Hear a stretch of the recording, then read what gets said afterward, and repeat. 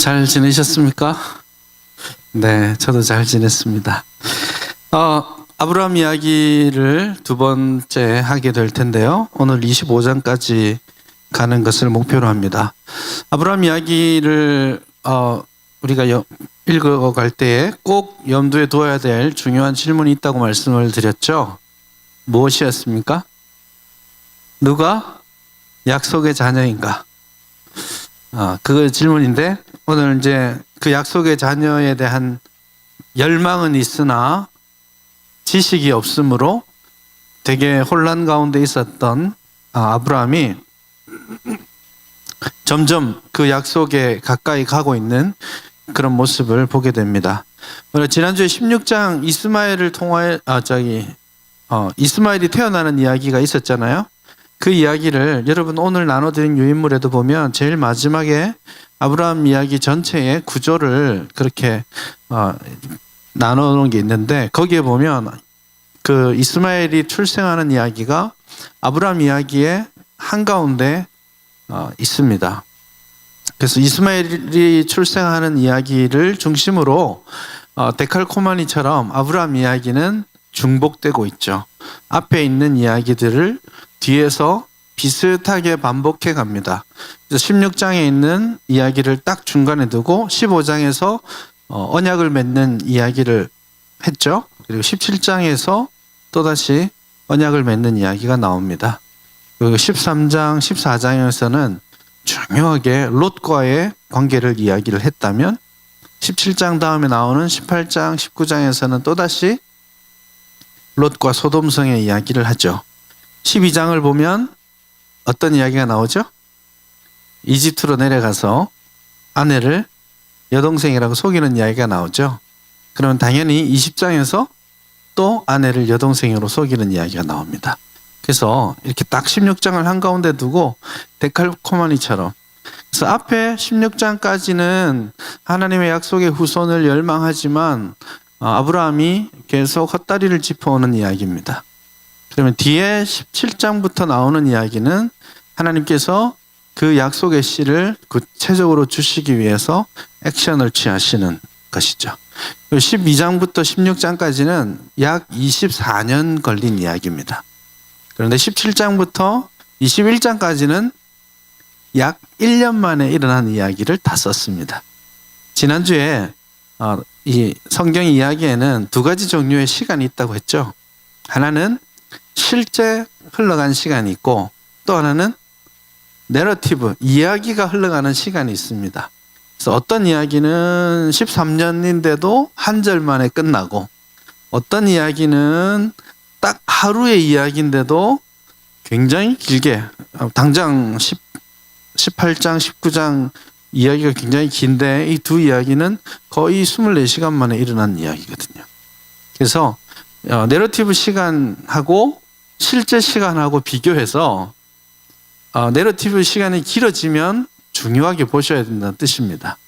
그래서 앞에 아브라함이 약간 헛다리 짚어갔던 그 시간들을 24년 동안 엮어놓았다면 이제 하나님이 구체적으로 그 씨를 보여주시는 일을 딱 1년 만에 그 비슷한 분량으로 보여주시는 거죠. 그렇게 본다면 오늘부터 읽어가는 이 이야기가 굉장히 중요하다는 그런 말씀이 되겠습니다. 이 이야기를 풀어나가기 위해서 처음에 하나님께서 아브라함을 부르시죠. 먼저 하나님께서 액션을 취하셨습니다. 창세기 1장부터 11장까지 지속적으로 죄악이 깊어가는 그런 역사입니다. 실패가 있고 땅으로부터 추방당하는 그런 이야기였다면 12장부터 하나님께서 먼저 액션을 취하시고 이 땅으로 와라 하고 언약을 맺으시는 그런 이야기였죠. 마찬가지로 이 두 번째 이야기를 시작하시기 위해서 하나님께서는 먼저 액션을 취하십니다. 하나님이 99세 때 13년 만에 아주 의미가 있는 숫자입니다. 13년 만에 하나님께서 아브라함에게 나타나셔서 아브라함에게 제일 먼저 하신 말씀이 혼내는 말씀입니다. 난 전능한 하나님이야. 너는 내 앞에 행해야 돼. 너는 내 앞에 행하라. 두 번째는 온전하라. 뭐 이런 명령을 하고 아브라함이 그 말씀을 듣자마자 처음으로 땅에 엎드려 코를 땅에 박고 하나님 앞에 엎드리는 그런 이야기가 나옵니다. 13년 만에 하나님이 전능한 하나님이야 넌 내 앞에 행해야 돼 라고 말씀하셨다면 16장의 이야기가 하나님으로부터 하나님께서 좀 불편하셨다라는 뜻입니다. 그래서 지난 13, 14년 동안 아브라함이 아이를 끼고 아이 자라는 맛에 그렇게 시간 가는 줄 모르게 이렇게 지나왔던 시간들이 하나님께는 대단히 불편한 시간이었고 그 시간들을 하나님께서 평가해 주시는, 그래서 내가 전능한 하나님이야 라고 말씀하심으로써 어떤 액션을 취할 것을 보이십니까? 이제 99세가 되어서 더 이상 아이를 낳을 것에 대한 기대를 다 접었을 때에 그때 하나님께서 인간의 마침이 곧 하나님의 시작이라는 것을 우리에게 보여주시죠. 그리고 하나님께서는 이 아브라함과 사라와, 지금까지 제가 아브라함, 사라 이렇게 불러왔지만 지금 사실은 16장까지는 아브람, 사레 이런 이름이었죠. 여기서 이제 드디어 이름이 바뀌게 되는데 중요한 약속들을 새롭게 해주십니다. 하나님께서 난 전능한 하나님이야 하고 곧장 이어서 해주신 말씀이 뭐냐면 내가 너에게 했던 그 약속을 이제부터 지킬 거야 이렇게 말씀을 해주셨어요. 그리고 그 약속을 지키기 위해서 이름만 바꿔주신 것이 아니라 아브라함에게는 그 약속을 구체적으로 다시 말씀해 주셨고, 그 다음에 중요한 부분이 뭐냐면 사라의 이름을 바꿔주실 뿐만 아니라 사라가 하나님의 약속에 있어서 어떤 존재인지를 알려주십니다. 그래서 17장 16절에 보면 하나님께서 사라에 관해서 이야기를 해보자라고 하시면서 약속의 씨앗이 사라를 통해서 태어날 것이다 그렇게 말씀을 해주셨어요. 대단히 충격적인 이야기입니다. 지난 25년 동안, 아니 그보다 더 긴 세월 동안 꿈도 꾸지 못했던 이야기입니다. 왜냐하면 이 여인은 철저하게 생산 능력과는 아무 상관없는 그런 여인이었기 때문에. 그리고 지금은 이미 여성으로서의 생리라든지 이런 것들이 이미 끝났습니다. 이제 뭐 더 이상 애를 낳는다는 건 나이로 볼 때도 그렇고 여러 가지 문제가 있습니다. 그럼에도 불구하고 하나님께서 이 사라를 통하여서 약속의 후손을 주겠다 그렇게 말씀을, 이제 이 약속이 진전이 있는 거예요. 처음에는 내 후손에게 이 땅을 주리라, 그 다음에 너와 너의 후손에게 주리라, 그 다음에 너 몸에서 날 자에게 주리라, 그 다음에 이제 너 몸에서 뿐만 아니라 사라의 몸에서 날 자에게 약속이 갈 것이다 이렇게 말씀을 하시죠. 이 충격적인 이야기를 들었을 때 아브라함이 되게 설레었으면 좋았을 텐데 우리의 기대와는 다르게 반응이 그랬습니다. 웃었습니다. 이 웃음을 가리기 위해서 다시 한번 머리를 땅에 박습니다. 이게 머리를 땅에 박는 이렇게 되는 이야기가 17장에 처음 나오는데 두 번 나와요. 한 번은 전능하신 하나님 앞에 예전과 다르게 복종의 의미로서 했다면 두 번째 땅에 박을 때는 웃는 걸 숨기려고 땅에 박고 혼자 속으로 웃습니다. 하나님, 뭘 좀 알고 말씀하세요. 제 나이가 몇인 줄 아세요? 우리 하나님이 몇 살인 줄 아세요? 하나님? 생리 끝난 지 오래됐어요. 그렇게 속으로 생각을 합니다.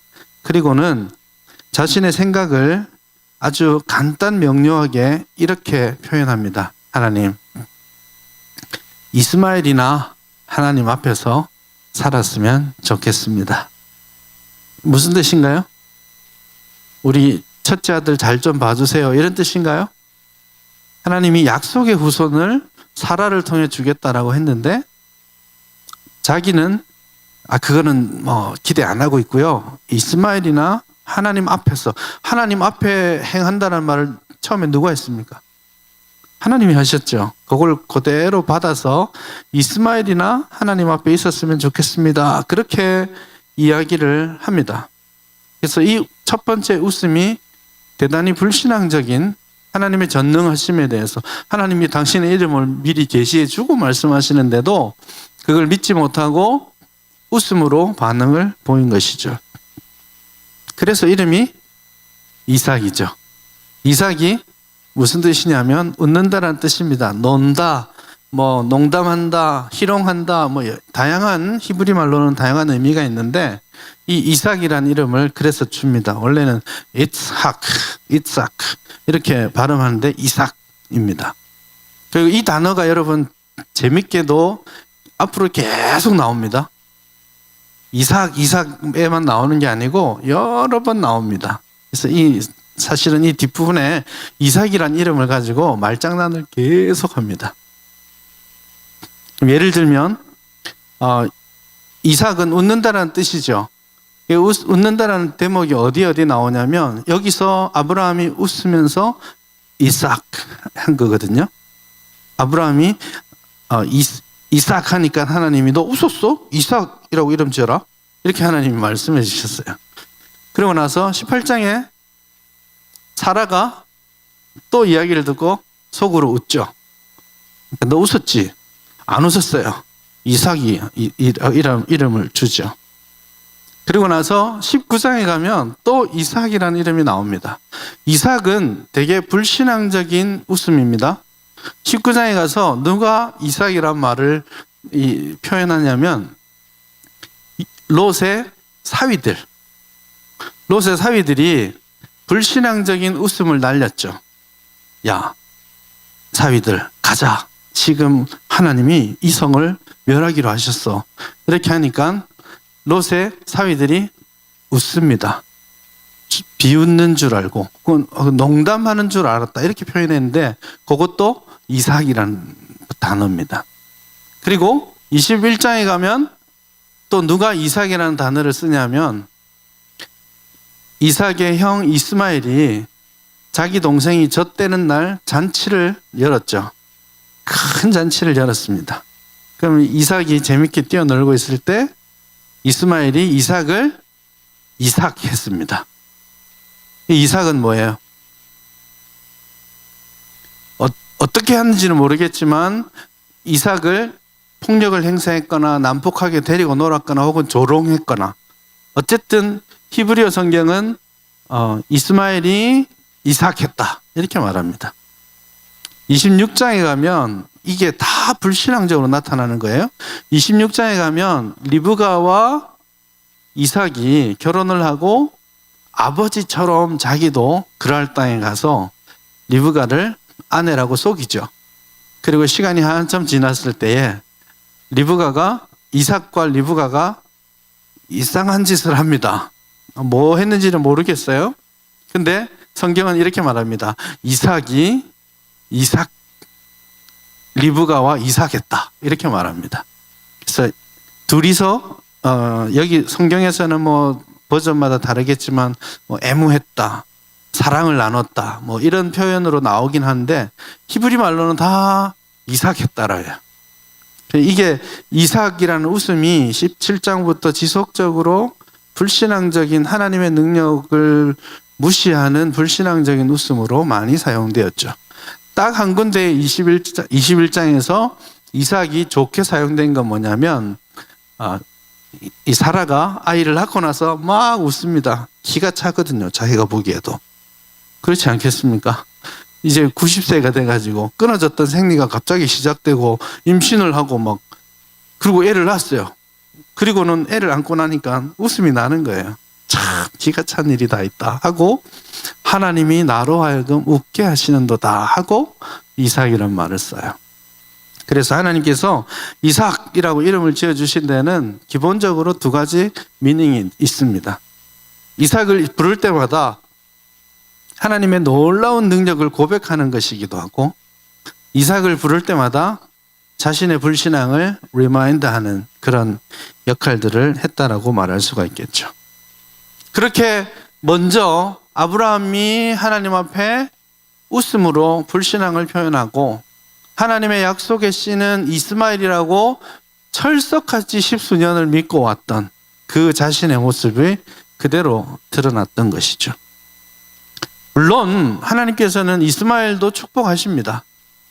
그래서 이스마엘에게 하나님께서 큰 민족을 이루게 하시고, 나중에 이스마엘의 그 25장에 나오는 이스마엘의 족보를 보셔도 이스마엘의 아들들 지파를 숫자를 12에 맞춰놨어요. 12명의 아들을 낳았고 12족속이 됐다라고 간단하게 말하고 넘어가요. 근데 이것은 되게 긍정적인, 하나님께서 이스마엘에게 크게 축복하셨다라는 그런 미닝이 들어 있습니다. 우리 기독교인들 가운데는 이 이스마엘의 후예가 바로 아랍 족속이다.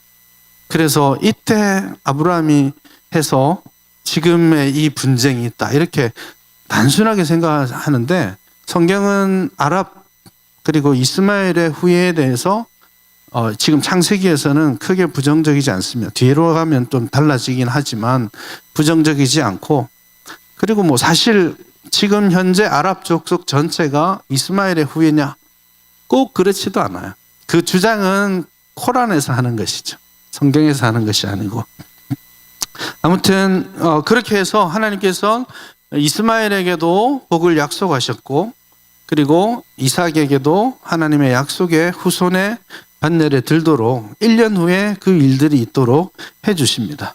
그리고 나서 약간의 시간이 흘렀습니다. 18장 이야기인데요. 글쎄요, 한 몇 주? 많아도 한 달 정도 흘렀다라고 봅니다. 아주 시간이 많이 지나지 않은 어떤 순간에 하나님께서 이 두 천사와 함께 아브라함을 방문하시죠. 되게 복잡한 이슈가 많이 들어있는 그런 본문입니다. 왜냐하면 하나님도 그렇고 천사도 그렇고 막 사람처럼 먹고 마시고 있잖아요. 그게 신학적으로 굉장히 고민스러운 부분이 좀 들어있긴 한데, 어쨌든 새 방문자가 아브라함을 만나는 이야기가 18장입니다. 이것은 좀 더 이 롯과 관련된 소돔성의 이야기라고 볼 수도 있겠지만, 사실은 더 중요하게 하나님의 처음에 아브라함에게 하셨던 약속을 구체적으로 실현하시기 위해 오신 것입니다. 그래서 먼저 하나님께서 만나십니다. 아브라함을 만나셔서, 아브라함을 낮에 만나고 저녁에는 천사들이 누구를 만나요? 롯을 만나죠. 그 다음 날 아침에 소돔이 멸망하죠. 딱 24시간의 이야기입니다. 그래서 아침에 땡볕이 있을 때에, 그때에 새 손님이, 방문자가 찾아오고, 거기에서 아브라함이 이 방문자들을 만납니다. 그런데 이 방문자, 우리가 그 신약 성경에 나오는 그 본문 때문에 이 방문자를 아브라함이 부지 중에 영접했다. 그래서 영접해가지고 막 할 동안 누군지 모르고 그냥 친절을 베푼 것이다라고만 생각하는데, 좀 고민해봐야 될 숙제들이 들어 있습니다. 부지 중에 아브라함이 이렇게 만날 수 있을까? 이런 생각이 들 정도로 아브라함이 크게 대접을 합니다. 비상한 행동들을 합니다. 아브라함 나이가 99세죠. 근데 저 멀리서 마므레 상수리 나무 아래에서 새 방문자가 옵니다. 아브라함이 보고는 자기 나이를 잊은 채 막 달려갑니다. 그리고는 아브라함이 얼굴을 땅에 대고, 누구한테 했던 일이에요? 17장하고 연결해 보면 짐작할 수 있겠죠. 땅에 대고 절을 합니다. 그리고 오십시오 하고는 잽싸게 또 이 아브라함이 걷지를 않아요. 막 뛰어서 송아지를 잡아서 자기가 잡습니다. 여러분 99세고 아브라함 정도 되면 손님 대접하는 거 자기가 왜 잡아요 그걸? 자기가 막 그 일을 합니다. 그리고는 또 막 뛰어서 사라에게, 아니 밥하는 사람이 얼마나 많겠어요? 사라에게 가서 밥을 준비해라 하고는 이 밥의 양도 엄청납니다. 새 스아라고 돼 있으니까 스아를 지금 환산하면 한 24리터 돼요. 밀가루 24리터를 요리를 한다고 쳐봐요. 우리 다 먹겠죠. 다 먹고 남을걸요. 그런데 이 세 사람 왔다고 그 난리를 치고 있습니다. 그리고는 아브라함은 이분들이 식사를 다 마칠 때까지 수건 들고 옆에서 서서 수종을 듭니다. 이건 그냥 손님을 대접하는 그런 패턴이 아니죠. 그래서 새 방문자들을 마물의 상수리 나무 곁에서 만나고 그 아래에서 식사하고 그러잖아요. 뭐 땡볕이라서 거기서 했다 이렇게 볼 수도 있지만 사실 그 자리가 어떤 자리냐면 제단이 있는 자리죠. 상수리 나무 밑에 아브라함이 제단을 설치해 놓고 하나님께 예배를 드리던 곳이죠.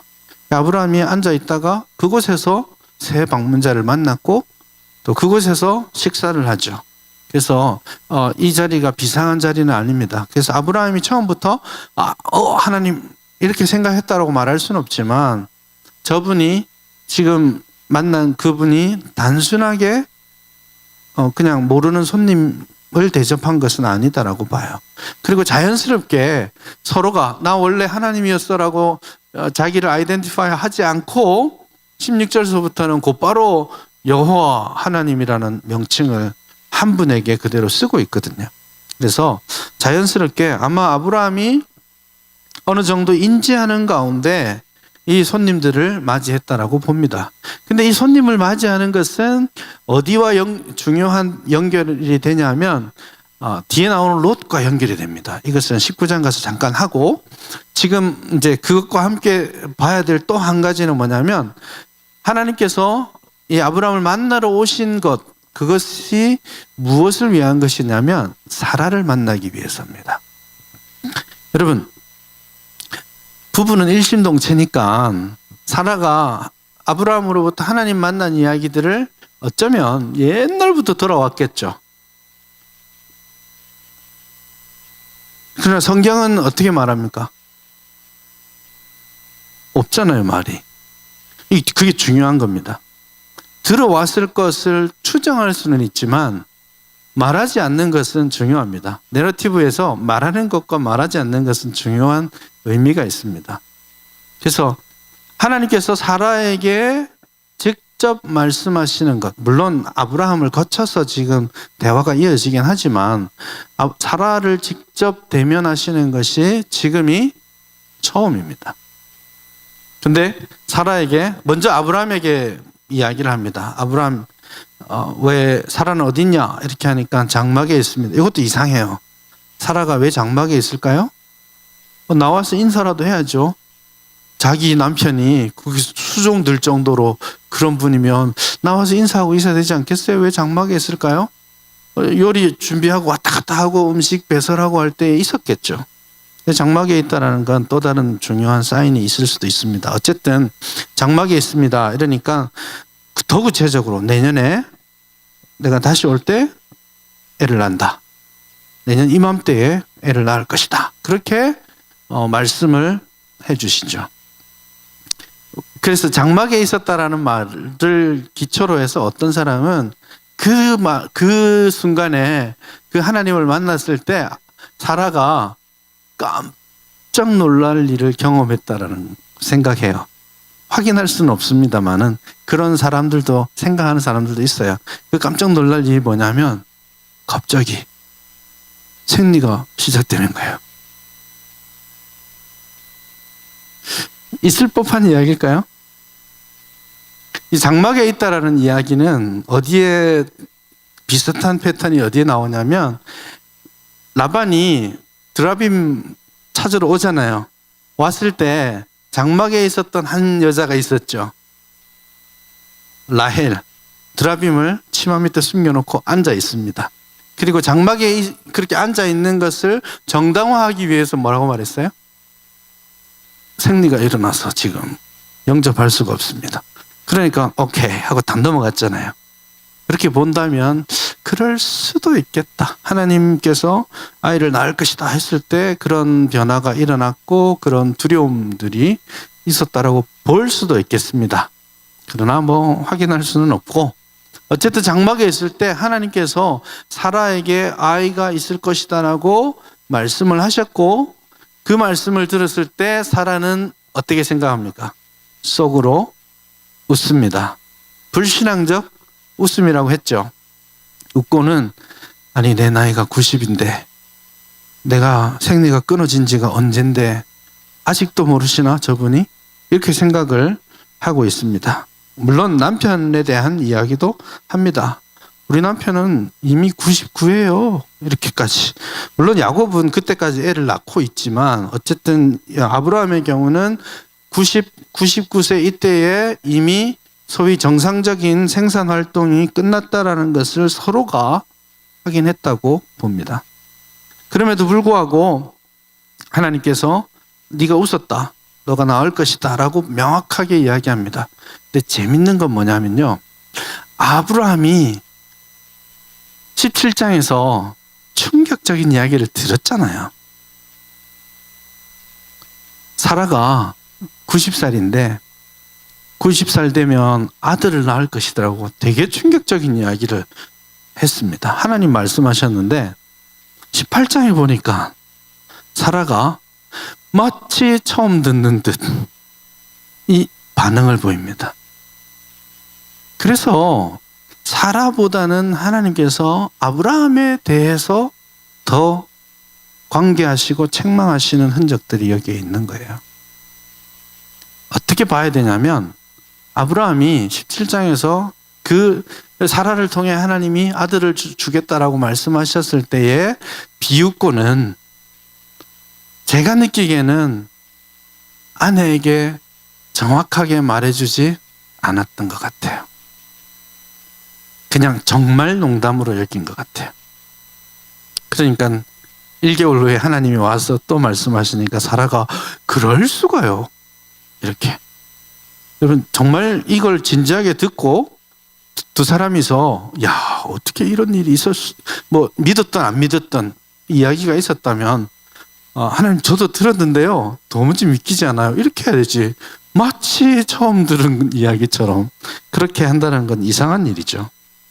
그렇게 하나님께서 아브라함이 여전히 이 하나님의 약속의 성취에 대해서 하나님의 길에 대해서 안개 속에 있는 동안에 하나님은 적극적으로 일하기 시작하시는 것이죠.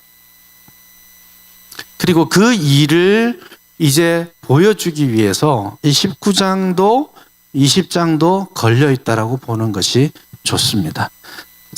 상상을 하면 19장의 이야기, 이제 소돔성 이야기죠. 20장의 이야기를 괄호 쳐도 21장까지 이어집니다. 17장에서 아브라함에게, 18장에서 사라에게 약속하셨고 21장에서 애가 나오잖아요. 그러니까 19, 20장이 없어도 자연스럽습니다. 그렇죠? 그 중간에 끼어 있는 이 이야기가 있는 거죠. 그래서 첫 번째 롯과 소돔성의 이야기는 16절 이하에 나오는 18장 16절 이하에 나오는 소위 말하는 아브라함의 중보기도. 거기서부터 이야기가 시작됩니다. 하나님 앞에 서 있습니다. 이게 되게 중요한 표현입니다. 특별히 어디에서 중요하냐면 선지서에서 중요합니다.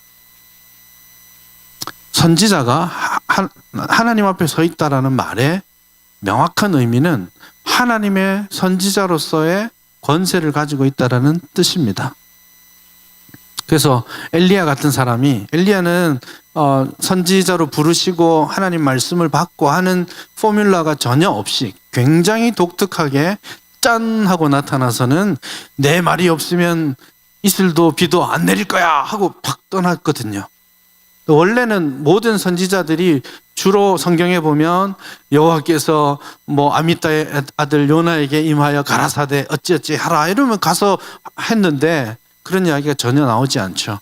그럼에도 불구하고 엘리야의 권위가 그 누구보다도 독특했던 이유는 그 17장에 보면 엘리야가 내가 섬기는 하나님, 하나님 앞에 서 있는 나로서 선언한다 이렇게 표현하거든요. 그래서 하나님 앞에 있다는 말은 아브라함이 지금 그냥 빌빌매는 사람으로서가 아니라 이제 정말 하나님의 약속을 시행할 준비가 된 선지자로서 열방에 대한 책임을 가진 사람으로서 등장하기 시작한다라는 뜻입니다. 그래서 소돔성을 위한 기도는 소돔성의 구원이 핵심이 아닙니다. 이걸 뭐 이상하게 적용해가지고 소돔성이 멸망당한 이유는 아브라함이 더 많이 철저하게 기도하지 않았기 때문이다. 이게 말이 맞는 것 같지만 조심해야 될 이야기입니다. 소돔이 멸망한 이유는 뭐예요? 소돔의 죄악 때문에 멸망한 겁니다. 근데 아브라함이 하나님 의인 5명, 의인 3명 이렇게까지 내려가는 게 의미가 있었을까요? 의인은 살고 악인은 심판받는 겁니다. 그렇죠? 그래서 아브라함이 더 열심히 더 철저하게 기도했으면 악인도 구원받는다라고 생각하시면 곤란한 거죠. 하나님이 심판을 정하셨다면 그 누구도 그것을 바꿀 수는 없어요. 그럼 왜 그는 기도를 시작했느냐? 아브라함이 했던 말을 잘 들으셔야 됩니다. 하나님께서 아브라함에게 네가 이룰 나라는 의와 공도의 나라, 의와 공의가 이루어지는 나라가 될 것이 아니냐, 그렇게 하나님 말씀하시고, 아브라함도 하나님은 의로우시고 그래서 의인과 악인을 함께 멸하실 수 없지 않습니까? 이렇게 이야기하죠. 그래서 사실은 이 기도의 핵심은 소돔성의 구원이나 그리고 소돔성에 있는 롯이 아니에요. 하나님께서 이루어 가실 나라, 아브라함이 꿈꾸며 세워가야 될 나라, 거기에 대한 큰 그림을 더 많이 보여주는 것이죠. 그래서 사실 아브라함이 확인하고 싶었던 것은 의인과 악인을 구별해 주실 그런 하나님이라는 것을 확인하고 싶었던 거죠. 그래서 기도를 계속한 거예요. 10명까지. 좀 더 하지. 이런 아쉬움이 있을지 모르겠지만 10이라는 숫자, 그리고 6번이나 했다라는, 사실 여러분 창세기 이 순간 18장 전까지 아브라함과 하나님이 대화 나눈 게 몇 개 없습니다. 근데 이 18장에서 대화를 무려 6번이나 계속 나누고 있어요. 굉장히 많이. 그래서 적어도 아브라함은 자신의 자리에서 할 수 있는 모든 것을 했다라고 우리는 확인해 줘야 됩니다. 그래서 하나님께서 의인과 악인을 구별하실 것을 확인했기 때문에 아브라함은 기쁘게 멈출 수 있었습니다. 이 기도가 응답되었나요? 되었죠. 10명 안 됐죠. 그래서 망했습니까? 10명 돼도 10명 되면 안 되고 10명 안 돼서 망했지만, 그러면 그 안에 있는 의인은 같이 망하는가요? 그렇지 않죠.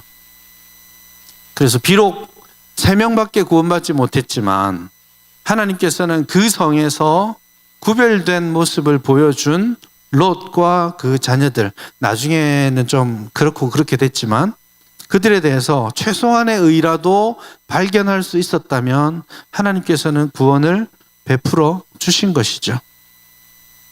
중요한 것은 아브라함이 드디어 열방을 하나님과 논하기 시작하는 겁니다. 민족의 운명을 가지고 하나님과 대화를 나누는 존재가 되어갑니다. 18장에서는 하나님 앞에 서 있다라는 말로 살짝 이렇게 냄새를 풍겼다면 20장에서는 그는 선지자라. 20장 7절에 보면 드디어 성경에서 처음으로 누군가에게 하나님께서 선지자라는 이름을 주시고, 그가 기도해야 너가 살 수 있어, 이런 말씀을 주시죠. 그게 20장의 이야기죠. 결국에는 하나님께서 약속의 씨를 구체적으로 주시면서 그가 열방 가운데 어떤 존재가 되어야 할지를 또한 보여주고 계시는 것이죠. 우리가 이 19장을 보면서 소돔성 사람들을 대단히 부정적으로 말을 하고 롯도 부정적으로 많이 봅니다. 그러나 아브라함과 롯이 분명히 구별됩니다. 말로 하자면 잽이 안 될 만큼 의의 수준이 다릅니다.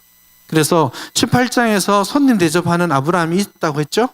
이게 19장과 연관된다 했는데 19장에도 이 두 천사를 만났을 때 롯이 찾아와서 대접을 합니다. 맞죠? 그래서 아브라함의 의가 18장에서 손님 대접하는 모습으로 나타났다면 19장에서도 롯의 의가 손님을 대접하는 것으로 나타나고 있습니다. 잽이 안 되지만 아브라함은 막 소도 잡고 송아지도 잡고 엄청난 식사를 준비해서 가져왔지만 롯은 그렇지 않죠. 그냥 무교병 드셔보셨어요? 맛없어요. 이스트 쓰지 않고 밀가루 반죽해가지고 딱 그냥 구워, 이게 좀 이렇게 찍어서 먹지 않으면 먹기 힘든 그런 거죠. 맛없는 그 떡을 대접을 합니다. 아브라함은 보고 쫓아가서 어서 오십시오 하고 영접을 했지만 롯은 앉아있다가 우리 집에 갑시다 이렇게 말을 해요. 그냥.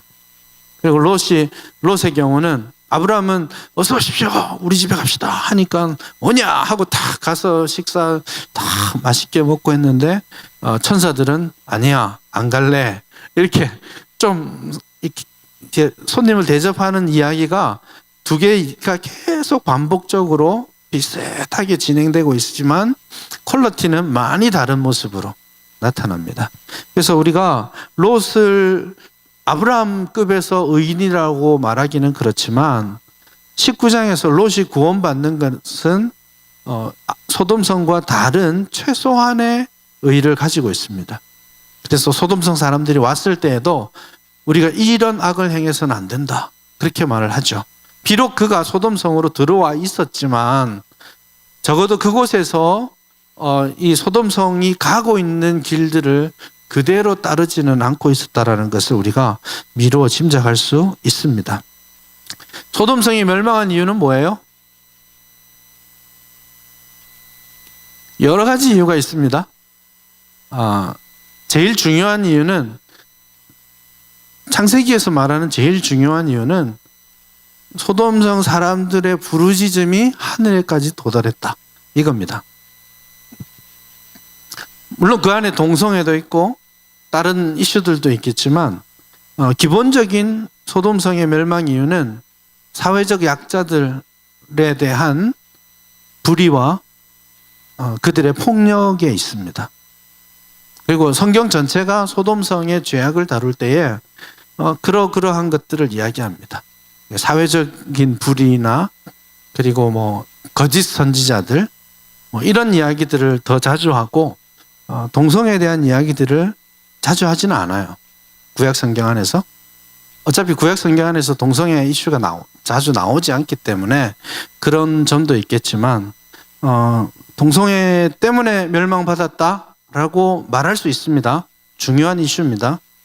동성애는 분명히 하나님 앞에 중대한 범죄이고 그리고 우리가 확인하기로는 소돔성 안에 그런 것들이 있었습니다. 그럼에도 불구하고 그것만이 소돔성의 문제라고 단순화할 수는 없을 것 같아요.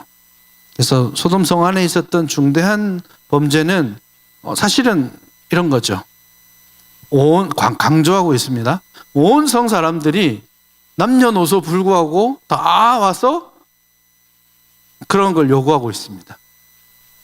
그래서 그것도 동성애적인 코드가 거기 들어있는 것도 중대한 죄악이지만 제가 볼 때는 온 성 사람들이 그런 걸로 한 마음을 품었다라는 것이 소망 없음 같아요. 그리고 롯이 우리가 이렇게 큰 죄를 지으면 안 돼 하니까 이놈 자식 너부터 죽어라 하고 막 폭력을 행사하죠. 그런 것들이 온 성이 다 오진 않았겠죠. 이거는 일종의 과장법입니다. 마치 온 성 사람들이 온 것처럼 떼거지로 몰려와가지고 내놔라 안 내놓으면 너 죽는다 하고 막 문을 부수고 이게 상식적인 선에서 일어날 수 있는 차원이 아닙니다. 그래서 우리가 소돔성 안에 어떤 일이 있었는지 자세히는 알 수 없지만 그 안에서 상당히 연약한 사람들이 지속적으로 핍박과 죽음 가운데 처해졌을 것을 추측할 수 있겠습니다. 그래서 그런 종합적인 범죄들이 다 합쳐져서 소돔성의 멸망을 이끌었다라고 볼 수 있겠죠. 어쨌든 이 소돔성에서 소돔성을 위해서 아브라함이 기도를 했고 또 그 기도에 하나님께서 응답해 주셨고 그럼에도 불구하고 하나님의 심판은 드러났습니다. 그리고 이 이야기의 결론이 참 안타깝지만 그러나 한 가지 패턴은 존재합니다. 마지막에 롯과 그 딸들의 이야기를 알고 계시죠? 그렇게 해서 태어난 아이들이 있잖아요. 되게 불행한 출생이라고 이렇게 볼 수 있지만 중요한 이야기는 뭐냐면 출생입니다. 출생하고 있잖아요. 태어나기 시작했어요. 17장에서 내가 약속의 후손을 주리라 했는데 옆집에서 애가 나와요. 20장에 가서 그랄 땅에 가서 막 난리를 치다가 기도를 했는데 애가 나와요. 점점 멀리서 애 낳는 이야기가 21장으로 자꾸 아브라함에게 조여가고 있는 겁니다. 이제 곧 나도 이런 느낌을 더 주고 있는 것이죠. 그리고 20장이 어떻게 보면 참 실망스러운 부분입니다. 이제 다시 그랄로 가서 여동생이라고 속이는 이야기가 또 나왔죠. 왜 이것이 또 나왔을까? 이제부터 중요합니다. 여러분 제가 12장을 자세하게 다루지는 않았어요. 12장은 앞에 이야기가 없으니까 12장만으로 이해하는 것이 맞습니다. 근데 20장은 우리가 12장을 읽었죠. 그렇기 때문에 또 나왔네라는 생각하잖아요. 이 또 나왔다는 이야기를 생각하시면 반드시 12장을 가지고 와서 같이 읽으셔야 됩니다. 이게 중요한 읽기에 이 중요한 성경 읽는 방법입니다. 앞에 이미지가 있다면 그걸 가져와서 읽는 것이 중요합니다.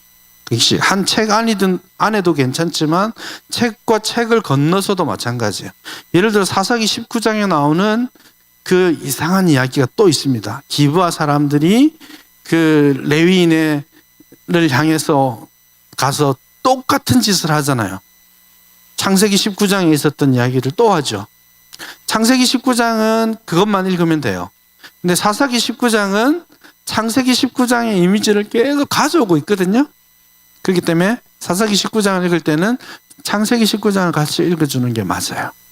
자, 이것이 같은 맥락에서 20장을 읽을 때 12장을 가지고 와서 읽으라고 하는데 저는 이것을 뭐라고 표현하냐면 전형 장면이라고 표현합니다. 이 타이프, 장면이 전형적인 모습이 반복되는 그런 거죠. 이게 좀 어려운 말 같지만 저도 그렇고 여러분도 그렇고 아마 잘 아실 거예요. 영화나 드라마나 이런 것들을 소설이나 이런 것들을 보시면 이 전형 장면이라는 것이 있습니다. 이 저자가 혹은 영화 감독이 메시지를 말로 표현하지 않고 장면을 통해 전달을 합니다. 충격 요법들을 여기에 전달하죠. 그게 소위 전형 장면이라고 하는데요. 우리는 그냥 영화 한 번도 만들어 보지도 않았고 주연 한 번 안 해봤지만 엑스트라도 안 해본 사람이 거의 절대 다수겠죠.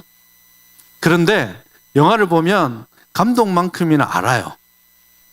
왜냐하면 감독이나 우리 시청자나 혹은 독자가 공유하고 있는 전형 장면이 있기 때문이에요. 예를 들어봐요. 자, 장르부터 이야기하겠습니다. 장르 중요합니다. 성경 읽을 때 이게 어떤 장르인지 먼저 딱 캐치하고 읽어야 됩니다. 시인데 소설처럼 읽으면 안 되잖아요. 자, 장르는 공포영화입니다. 첫 장면입니다. 달빛이 너무 아름답게 이 아주 고요한 바다 위에 부서집니다. 영상이 그려지시나요? 그 끝에 빨간 부표가 있습니다. 그리고 한 아가씨가 갑자기 물속으로 뛰어 들어가서 수영을 착 합니다. 자, 어떤 장르라고 그랬죠? 공포영화. 자, 질문. 이 여자는 주인공인가요? 주인공이에요? 어떻게 아세요? 뭘 말했다고? 그 다음 장면 뭔지 아시죠? 그 다음 장면 뭐예요? 갑자기 비명소리가 들리고 물속에서 누군가가 훅 당깁니다. 그리고 몇 번 막 허우적대더니, 너무 자세하게 묘사하나요? 허우적대더니 갑자기 검붉은 핏빛 바다가 보이고 장면이 끝납니다.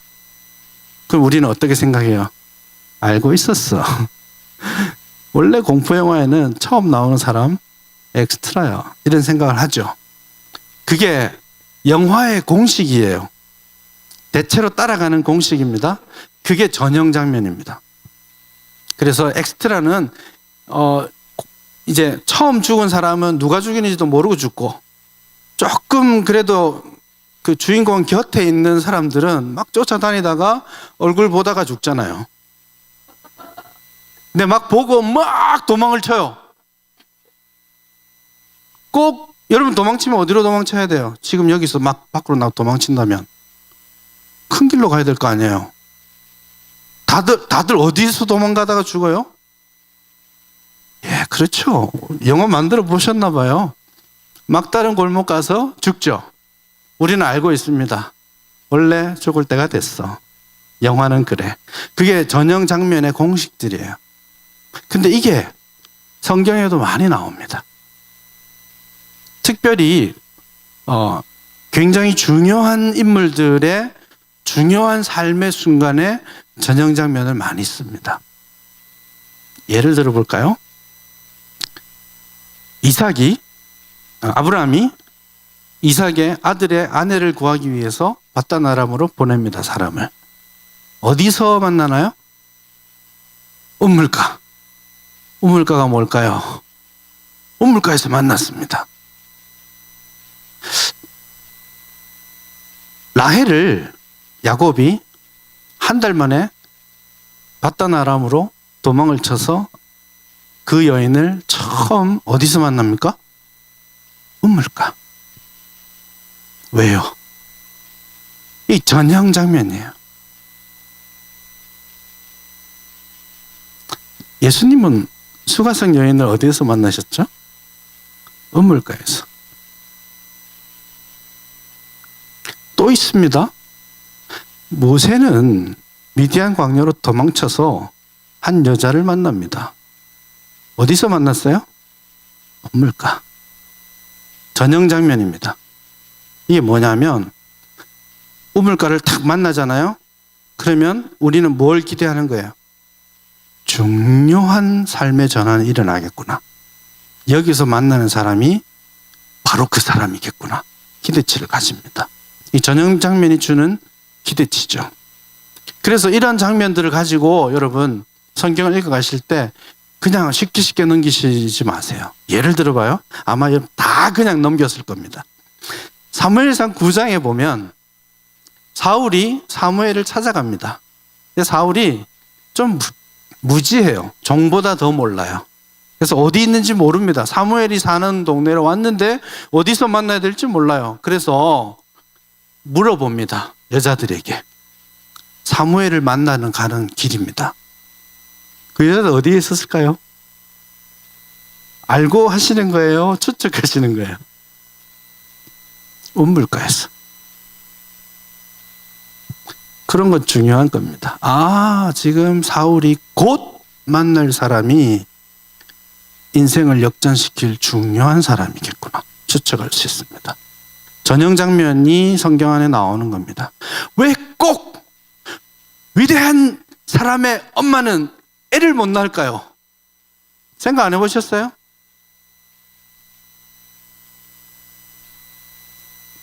사라 애 못 낳았죠. 불임이었습니다. 그 며느리 리브가 불임이었습니다. 사라는 그 불임 끝에 낳은 아들이 약속의 자녀이고, 리브가는 불임 끝에 낳은 아이가 야곱이고, 야곱은 아내를 한 방에 뿅 갔어요. 우물가에서 봤다 하는 순간 우리는 어떻게 느껴야 되는 거예요? 끝났다. 둘이는. 이렇게 생각할 수 있습니다. 정말 끝났습니다. 한 방에 뿅 갔고, 죽고 나서도 야곱이 죽을 때까지 끝내 유일하게 내 아내라고 불렀던 한 여자. 지고지순한 우물가에서 만나서 그래요. 근데 그 라헬이 애를 못 낳네요. 불임 끝에 낳은 아들이 라헬이죠. 이제 요셉이죠. 요셉은 야곱의 인생의 전환점입니다. 30장이 그래요. 그건 다음 주에 또 할 수 있겠네요. 그리고 나서 여러분 또 다른 사무엘의 엄마가 있죠. 한나. 애를 못 낳네요. 세례요한 엄마는 애를 못 낳네요. 이게 전형 장면들이에요. 마찬가지로 이 아내 여동생 이야기는 왜 굳이 3번이나 넣어놨지라고 생각할 것이 아니라 인생의 중요한 순간에 인생의 전환점을 만나고 하나님을 만나는 그 순간을 그런 식으로 표현하는 겁니다.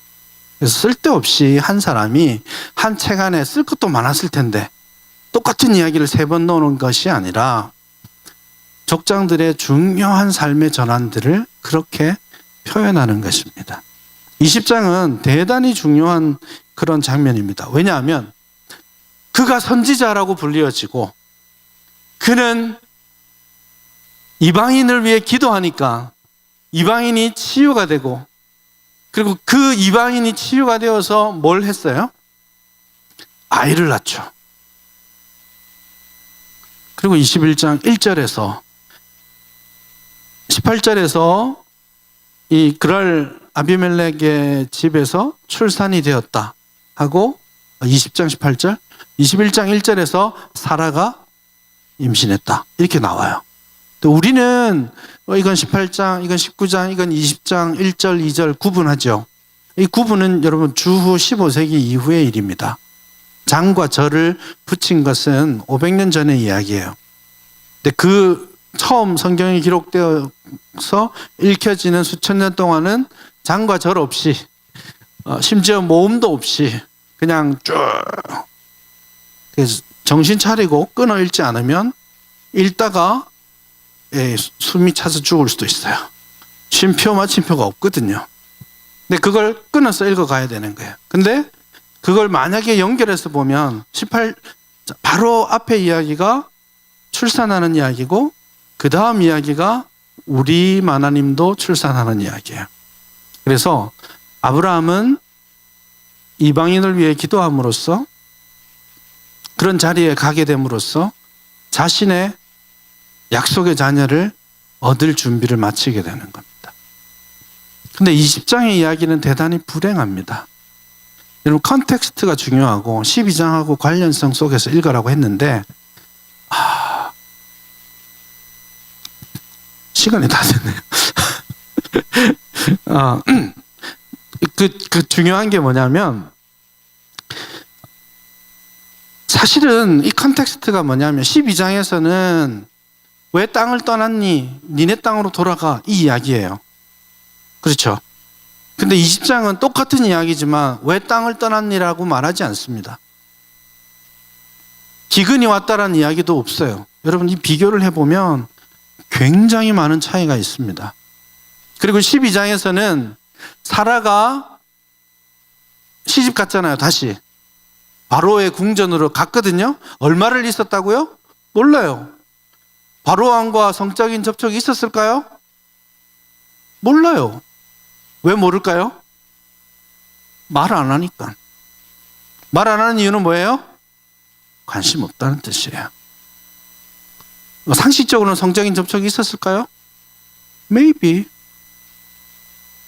근데 뭐가 문제예요? 사라는 어차피 불임이에요. 20장은 다릅니다. 성적인 접촉이 있었나요? 없어야만 합니다. 왜? 바로 다음 챕터에서 애가 태어나잖아요. 애가 딱 태어났는데 사람들이 누구예요? 이러면 곤란하잖아요. 그렇잖아요. 그래서 20장은 12장은 약속의 후손에 대한 위기가 아니에요. 땅을 떠난 거에 대해서 혼내시는 거예요. 그러나 똑같은 이야기지만 20장에서는 철저하게 본문에 보면 아비멜렉이 취해 갑니다. 그러니까 하나님이 직접 꿈에 나타나신 그날 밤에 하나님이 급하셨어요. 하룻밤이라도 지나면 의심을 살 수 있잖아요. 그래서 그날 밤에 너 건드리면 죽는다, 이렇게 이야기합니다. 그러니까 아비멜렉도 저 안 건드렸어요. 저 진짜 좋은 마음으로 그랬어요, 이렇게 이야기하니까 하나님이 너 안 건드린 줄 알아. 계속 성적인 접촉이 없었다라고 강조하고 있죠. 12장에 하나님이 심판을 내렸을 때 질병이 뭐였나요? 몰라요. 안 쓰여 있어요. 근데 20장은 그 질병이 뭐예요? 출산을 막아 놓으신 거예요. 그래서 똑같아 보이는 이야기지만 굉장히 중요하게 다른 메시지를 전달하고 있습니다. 전형 장면이 비슷한 것들을 가지고 기대를 하게 하고 다른 점들을 가지고 충격을 받게 하는 거예요. 그 두 가지 맥락의 메시지들을 가질 수 있게 하는 것이죠. 그래서 20장까지를 말씀을 드렸고 사실 다 끝났어요. 아마 목사님이 설교를 여러 번 하셨다고, 맞죠? 22장까지 설교하셨나요? 그러면 뭐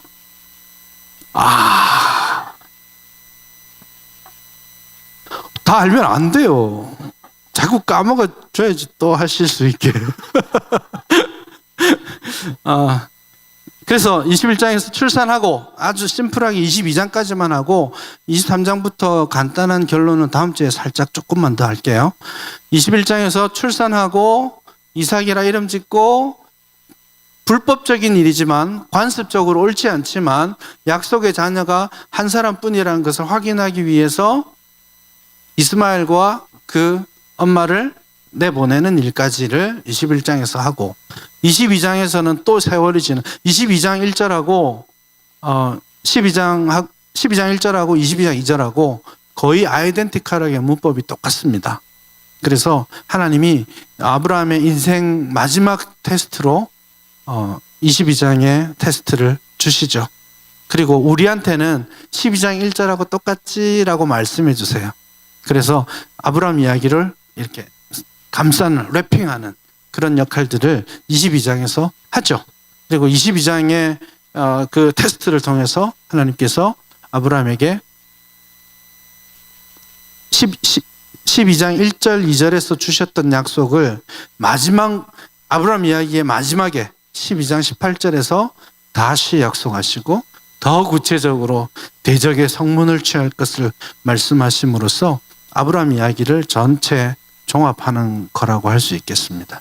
그리고 23장부터는 이제는 아브라함 이야기가 아니라 이삭 이야기로 넘어가는 이야기입니다. 그 이야기는 다음 주에 제가 한 5분, 10분 정도만 간단하게 하도록 하겠습니다. 아브라함 이야기 되게 중요해요. 신약 성경에서도 아브라함 이야기가 아브라함이 구약에 나오는 여타의 인물보다 가장 많이 인용되고 우리의 믿음의 조상이라고 할 수 있고 그런데 아브라함 이야기에 있어서 우리가 잊지 않아야 될 중요한 메시지는 기다림입니다. 하나님의 약속을 기다리는 것. 다 보이지 않지만 하나님의 성품을 신뢰하고 기다리는 것. 하나님 전능하신 분이시잖아요. 여러분 우리가 하나님의 뜻을 알고 싶어 하죠. 맞습니까? 하나님의 뜻이 맞다면 뭐 하겠습니다 하잖아요. 별로 필요 없어요. 알 필요가 없어요. 안다고 되는 것도 아니고 안다고 순종하는 것도 아니에요. 제가 이 유학을 와서 처음 유학 올 때 6년 생각했습니다. 열심히 하면 6년, 장난치면서 하면 7년이면 끝난다 생각하고 왔습니다. 지금 11년이 넘었습니다. 이럴 줄 알았으면 안 왔어요. 진짜로. 지금 생각해도. 근데 하나님의 계획하심은 다 보여주심으로써 이루시는 게 아니에요. 신뢰하면서 가는 거죠. 우리는 그렇게 생각합니다. 하나님, 제 인생을 위한 하나님의 뜻을 알려주세요. 그러면 순종하겠습니다. 그렇게 생각하시죠. 근데 그거 약간 사기입니다. 막 오늘 너는 내일 당장 짐 싸서 탄자니아로 가라 하면 가실 거예요? 진짜로? 한 2년은 고민할 거예요. 진짜 하나님의 뜻이 맞습니까? 고민하시고. 보여준다고 하는 건 아니에요, 사실은. 내가 회피하고 싶은 수단이죠. 하나님의 뜻 너무 알고 싶어 하지 마세요. 원래 알아야 되는 건 보여주셨습니다. 그것만 하시면 돼요. 그리고 미래는 하나님께 있고 그 내 미래를 책임지시는 분이 전능하신 하나님, 나를 사랑하시는 하나님, 내가 실수해도 걱정 없어요. 왜? 합력하여 선을 이루시는 하나님. 뭐 때문에 알고 싶어요? 이 남자가 맞나요? 하지 마세요. 이 남자나 저 남자나 다 똑같아요. 그러니까 고민하지 마시고 핵심은 이겁니다. 하나님의 뜻이 맞다면 하겠습니다가 아니라 지금 드러난 하나님의 뜻에 합당하다면 하겠습니다. 이 남자가 맞나요? 근데 이 남자 불신자예요. 맞아요? 아니에요? 아니에요. 고민할 거 없어. 기도할 것도 없어요. 아닌 거지. 하나님의 뜻은 그런 겁니다. 명확하게 드러난 하나님의 뜻이 있잖아요. 여러분 뭐 탄자니아 웃기는 소리 하지 마시고 지금 드러난 하나님의 뜻 제대로 하고 있으면 되는 거예요. 그 다음 발자국은 하나님이 알려주세요. 여러분 성경 읽는 거 하나님 뜻이에요? 90%라도 아닐 가능성이 10%라도 있나요? 1%라도 하나님의 뜻이 아닐 가능성이 있어요? 왜 안 읽으세요? 그러면서 뭐 하나님 내 미래를 향한 하나님의 뜻 하지 마세요. 미래는 하나님께 있는 것이고 나에게는 숨겨진 것이 좋습니다. 아브라함에게 하나님 미리부터 말씀해 주셨으면 이렇게 헛짓 안 하고 있었을 거 아니라고 여러분 불평하실 것 같아서 하는 말입니다. 미리 보여주면 하겠니? 라고 여러분 자신에게 물어보십시오. 중요한 것은 미리 보고 가는 것이 아니라 알고 가는 것이 아니라 신뢰하고 가는 것입니다. 그 믿음을 얻을 수 있었으면 좋겠습니다. 하나님 아버지